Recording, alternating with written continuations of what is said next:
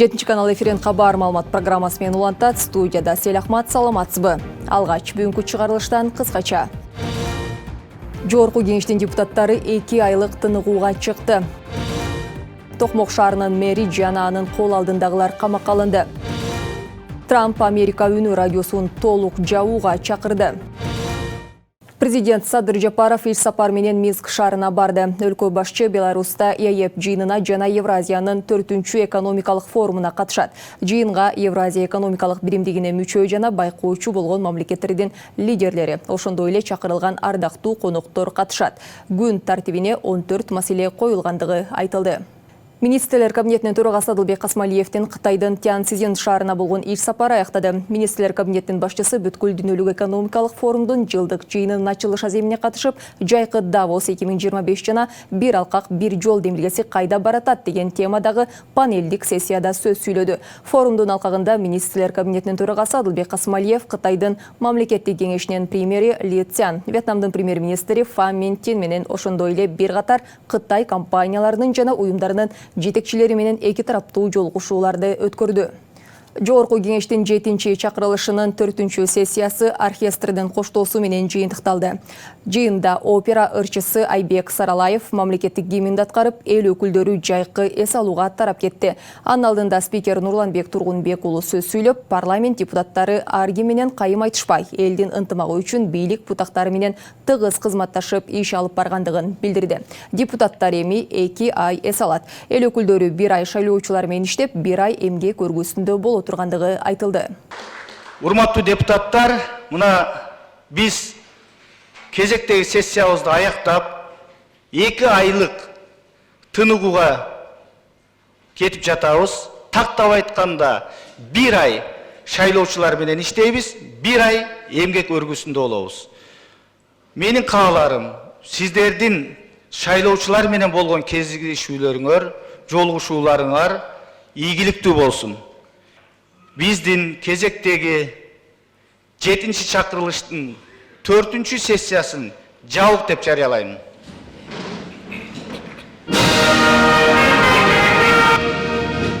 Ак мөңгүлү асказалар талалар.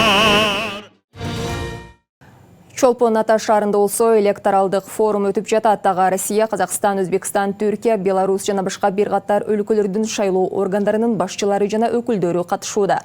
Форумдун башында президент Садыр Жапаров катышуучуларга онлайн кайрылып форумдун ишине ийгилик каалады. Пленардык сессиянын темасы эл аралык шайлоо тажрыйбасын улуттук контекстке ылайыкташтыруу деп аталат. Ошондой эле шайлоо системасында иштегендерди окутуунун мыкты ыкмалары боюнча тегерек стол өткөрүлмөкчү. Бүгүн башталган иш-чара 28 июнга чейин уланат. Ысык көлдө КМШга мүчө өлкөлөрдүн борбордук шайлоо комиссияларынын төрагалары, парламент депутаттары жана эксперттер чогулган. Иш-чарада алар шайлоону өткөрүүгө эл аралык тажрыйбаны кандайча ылайыкташтыруу, уюштуруучуларды үйрөтүүнүн майнаптуу ыкмаларын аныктоо, ошондой эле жаштарды шайлоого канткенде активдүү катыштыруу керек деген маселелер талкууланат. Камчыбек Ташиев Керсунун камкорчулар кеңешинин төрагасы болуп шайланды. Керсу гуманитардык өнөктөштүктүн флагманы жана жаңы муундагы кадрларды даярдоого колдоо көрсөткөн аянтча болушу керек. Камкорчулар кеңеши университеттин туруктуу жана технологиялык өнүгүү багытын колдойт, деди өкмөт башчынын орун басары, УКМК төрагасы. Токмок шаарынын мурдагы мэри Максат Нусувалиев жана аны менен кармалгандар камакка алынды. Бул тууралуу Бишкек шаардык сотунун маалымат кызматы билдирет. Чечимди Бишкек шаарындагы Октябрь райондук соту кабыл алган.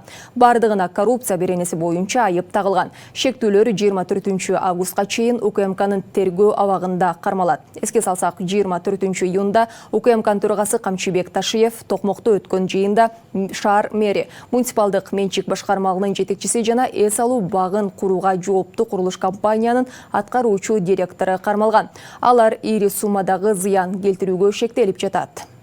Жалалабадта рейдерлик жол менен жер тилкелерин басып алгандар кармалды. Бул тууралуу УКМК билдирет. Кеп атайын кызмат белгилүү шылуун деп атаган 43 жаштагы Абдулла Юсупов жана анын шериги тууралуу болууда. Шектүү УКМК башчысы жана президент менен тааныштыгым бар деп сузактагы байлардын жерлерин өз атына жаздырып, жер тилкелерин сатып жиберген деп айтылат маалыматта.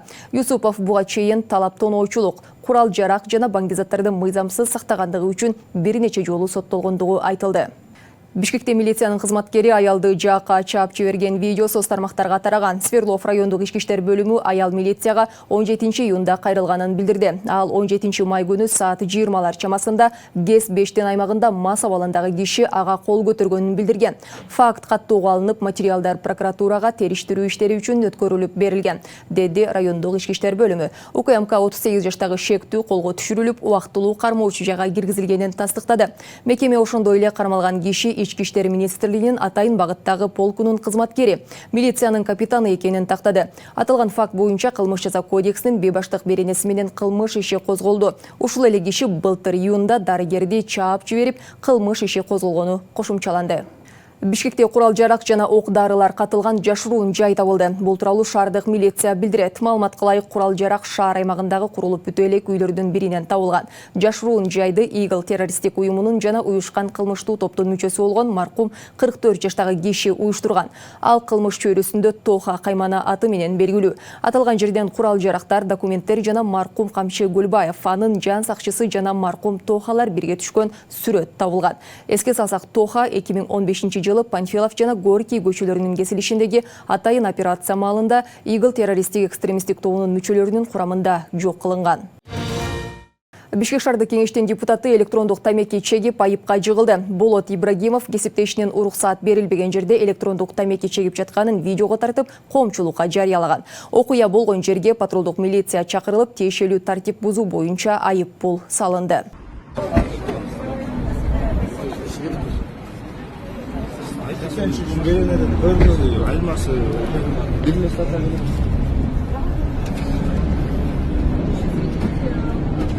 Ошондой эле Ибрагимов депутаттар сессияга саат 9-да келиши керек болчу деп билдирди. Бирок айрым эл өкүлдөрү бир нече саатка кечигип келген. Ал ошондой эле Жаныбек Абиров менен да маектешкенге үлгүргөн. Как вы видите, почти 9 утра по бишкекскому времени. Сегодня была назначена очередная сессия Бишкекского городского кеңеша. Но история повторяется.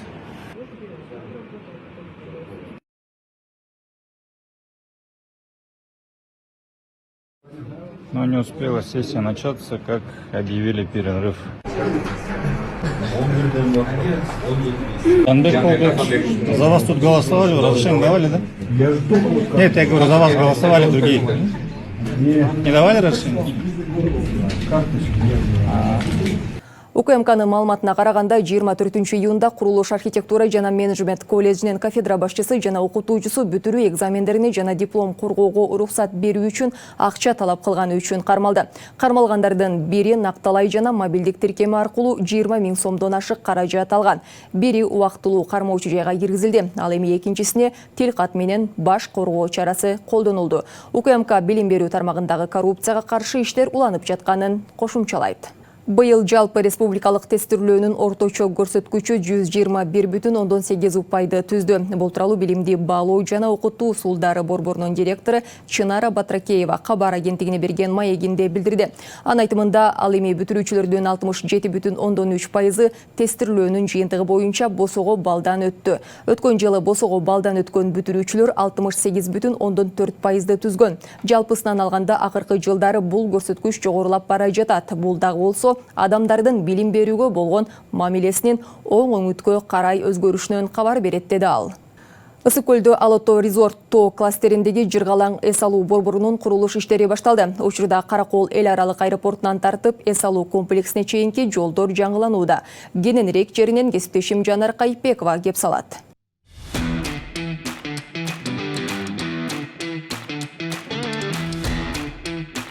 Ысык көлдө Алато Резорт долбоорунун алкагында туристтик жайлар гана эмес, аларга жетүүчү жолдор дагы жөнгө салынууда. Азыр бул жерде Каракол эл аралык аэропортунун жолдору оңдолуп түзөлүүдө.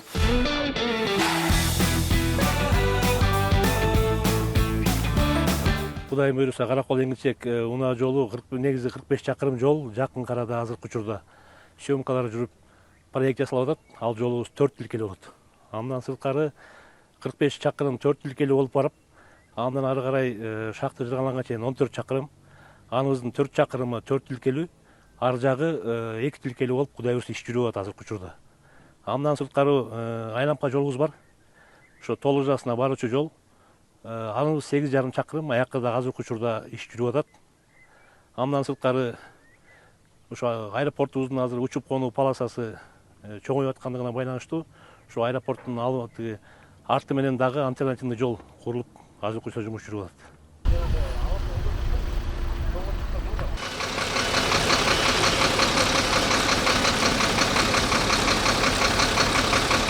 Жыргалаң тоо лыжа базасына Каракол шаарынан баштап 14 километр жол жаңыдан жасалууда. Жол жасоо иштери Дорстрой плюс ишканасы тарабынан жүргүзүлүп жатат. Азыр учурда бул жерде жолдун эки тарабы кеңейтилип, жолдун деңгээли 3 метрге өйдө көтөрүлүп жатат. Бул жакта 18 хова жүк ташуучу машинасы, 2 экскаватор жана 30дан ашуун жумушчу күч бар. 14,5 километр шахты Жыргалаң жолун алдык, получается. Азыр данный момент проект изменений болот. Мыякта 4 полоса болот. Азыр быйылдан 7,5 километр өткөрүп беребиз, буюрса.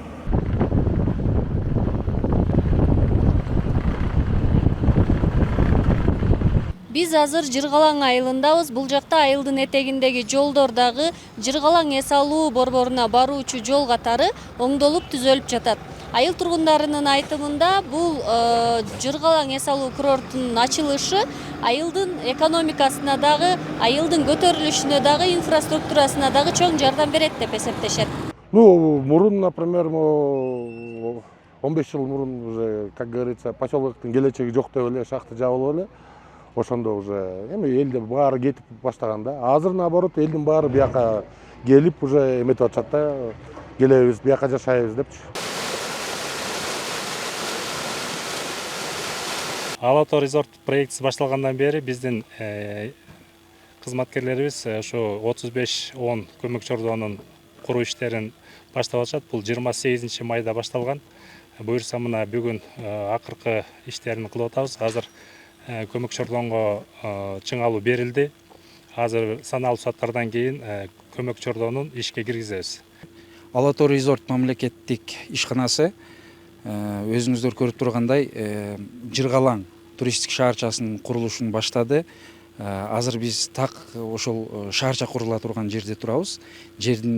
Шаарча курула турган жердин жалпы аянты 58 гектар. Ал эми аукционго биз 6,5 гектар жерди аукционго чыгардык. Ысык көл облусунун Ак Суу району эмне үчүн тандалганы? Бул президентибиз Садыр Нуркожоевич Жапаровдун тапшырмасына ылайык Европанын эң алдыңкы адистери келип 2 жыл бою Кыргызстандын бардык булуң бурчтарына айланып келип, ушул жерди эң ыңгайлуу деп табышып, анан бул жердин мастер планын жасашкан. Биз бүгүн Кыргызстанда туризм тармагынын локомотиви боло турган Алатоо резорт эс алуу борборунун курулуш иштери менен тааныштык.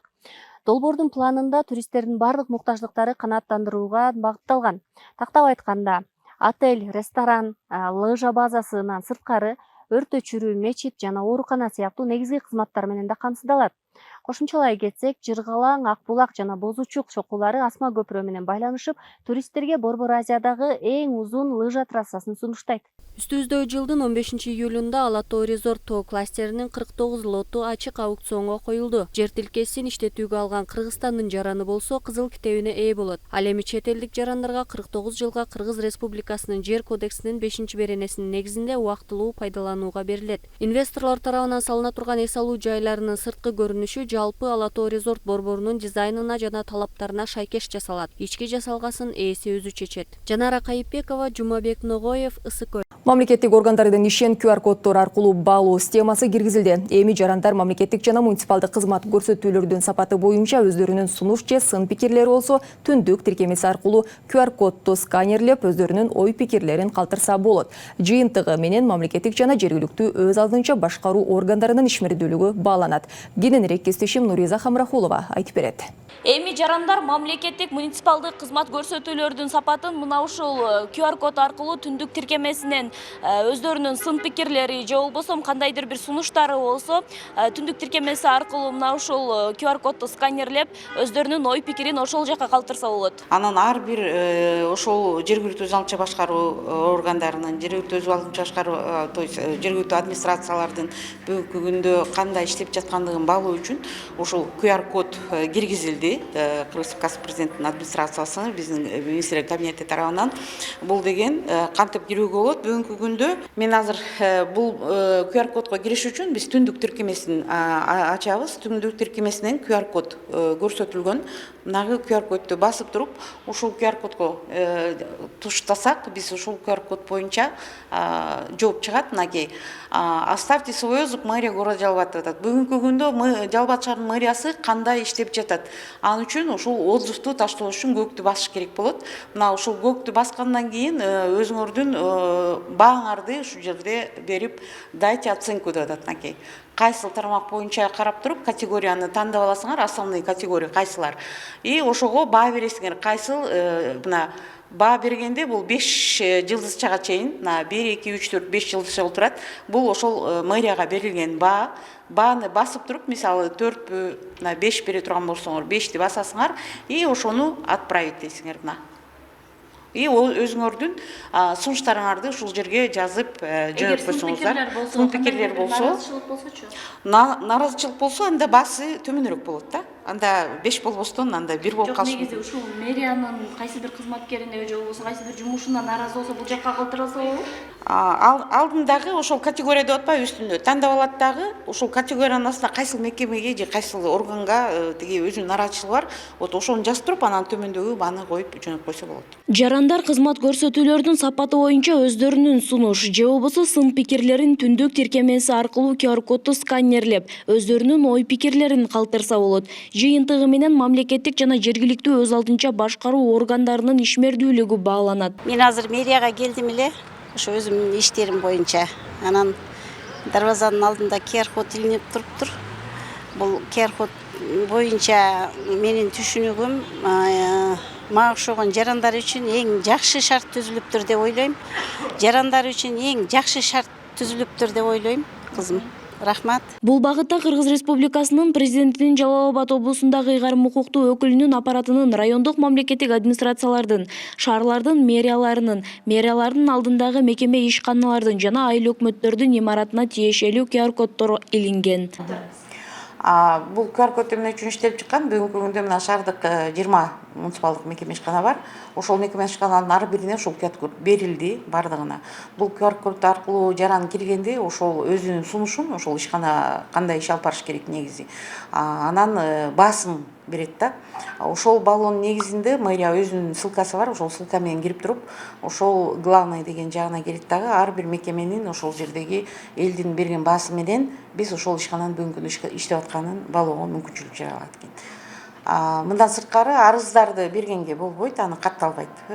Болгону өзүнүн сын пикирин, сунушун же ошол баалоосун гана кое алат. Мындагы негизги максат жарандардын пикирин алуу үчүн ачык жана ыңгайлуу механизм түзүү болуп саналат. Тактап айтканда, система жарандарга көрсөтүлгөн мамлекеттик кызматтардын сапаты, пайда болгон көйгөйлөрдү өз убагында аныктап, тиешелүү ыкчам чараларды түзүүгө мүмкүндүк берет. Нуриза Хамракулова, Шайыр Зайырбек уулу, 7-канал, Жалал-Абад.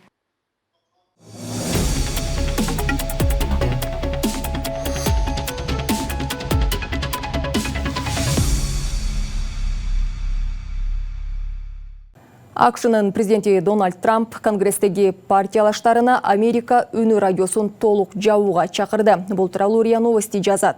Ак үй башчысы аталган медианы солчул жана кыйраттуучу деп сыпаттаган. Республикачылар эмне үчүн демократтардын куралы болгон Америка үнүн колдошу керек. Бир дагы республикачыл анын сакталып калышына добуш бербеши керек. Жоготкула деп жазды Трамп Truth Social баракчасында. Ал өзүнүн президенттик мөөнөтүнүн башында бюрократияга каршы күрөшүү максатында бир катар уюмдардын кызматкерлерин кыскартуу тууралуу жарлыкка кол койгон. Алардын катарында Эркин Европа, Азаттык радиосу жана Америка үнү медиа корпорацияларын көзөмөлдөгөн AQSh'нын глобалдык медиа агенттиги да бар. New York Times басылмасы өткөн жумада Америка үнү медиасынын 600дөн ашуун кызматкери иштен бошотуулары боюнча билдирүү алганын жазган. Нидерланд ханшасы Максима Черути НАТОнун Гаагадагы саммитинде АКШнын президенти Дональд Трампты туураганы кызуу талкуу жаратууда. Интернет желесине тараган видеодон Максима Черути Ак үйдүн башчысынын эриндеринин жана тилинин кыймылына карап так ошондой кылганын көрүүгө болот. Айта кетсек, НАТОнун саммити Нидерландыга Гаага шаарында өттү. Анда Черути жолдошу Нидерланд падышасы Виллем Александр менен бирге жогорку даражалуу конокторду кабыл алган.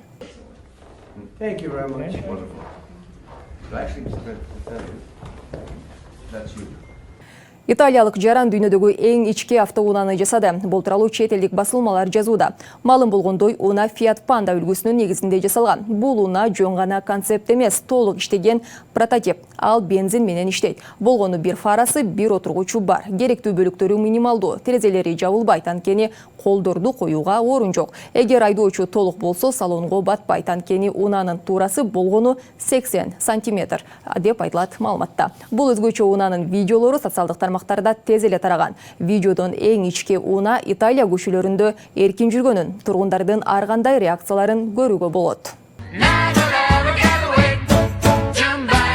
Мына ушундай маалымат менен биз бүгүнкү программабызды жыйынтыктайбыз. Сиздер 7 каналда кабар маалымат программасын көрдүңүздөр. Студияда мен Асель Ахмат жана кесиптешим режиссердик пульта Талас Аманбеков болду. Кечиңиздер көңүлдүү улансын.